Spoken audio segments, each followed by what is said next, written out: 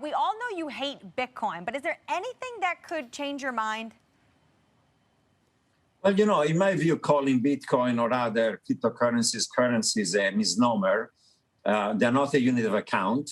They're not a scalable and widely used means of payment. With Bitcoin, you can do 5 transactions per second. With the Visa network, you can do 25,000 transactions per second. It's not a stable store of value over wealth or over goods and services, and it's not a single numeraire, as you have thousands of tokens, and therefore it's like going back to barter. There's not even a single numeraire to have price transparency. So they're not currencies. And if and when soon there'll be central bank digital currencies that are going to dominate for payment services, not only cryptocurrencies, but also private forms of money like deposits in the banking system or online payment services. The question is whether they are assets.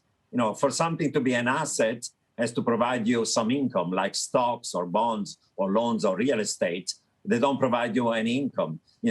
Residential real estate provides you housing services. Gold provides you not income, but uses in industry or jewelry as utility. While Bitcoin is not having any income, doesn't have any users, doesn't have liquidity services, doesn't have a utility. What's the intrinsic value of it? It's just a self-fulfilling bubble.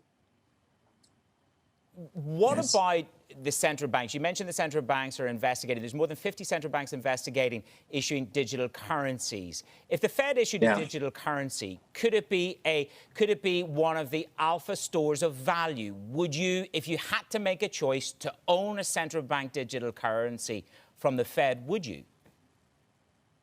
Well, a central bank digital currency will be just a digital manifestation of something that right now it's already partly digital.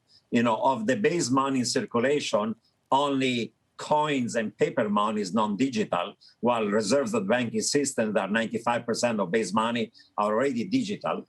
And eventually, I think that every central bank is going to have a digital manifestation of its currency. And for payment services right now, we're relying on, say, bank deposits, wire transfer, you name it. But once you have a central bank digital currency, everybody's going to have an account with the central bank, not just commercial banks. And therefore, payment systems, you can do transaction instantaneously, securely, cheaply, with instant settlement and clearing. And therefore, central bank digital currencies are going to dominate any form of private payment system as a means of payment. That's the direction we're going. The Chinese are going to be the first one. The European are going to have a euro. And eventually, even the Fed will have to move, because otherwise, the Chinese have a plan to make the RMB a global reserve currency. And therefore, the US has also to think about the digital manifestation of the dollar. It's necessary. It's going to happen over time.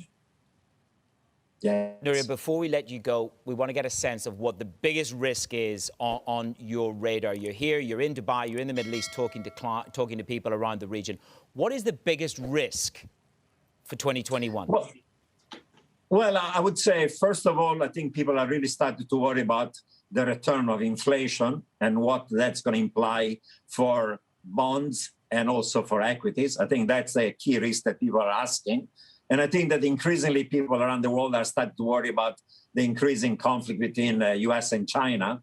I think people are underestimating how much even something on Taiwan may lead to a military confrontation. It's a risk that is a tail risk, but is underpriced. And US and China currently are on a collision course. There's a Cold War, it's becoming colder, and I think the risk of even a hot war is rising over time. That's a serious geopolitical risk to keep in mind. It could totally disrupt economies and markets.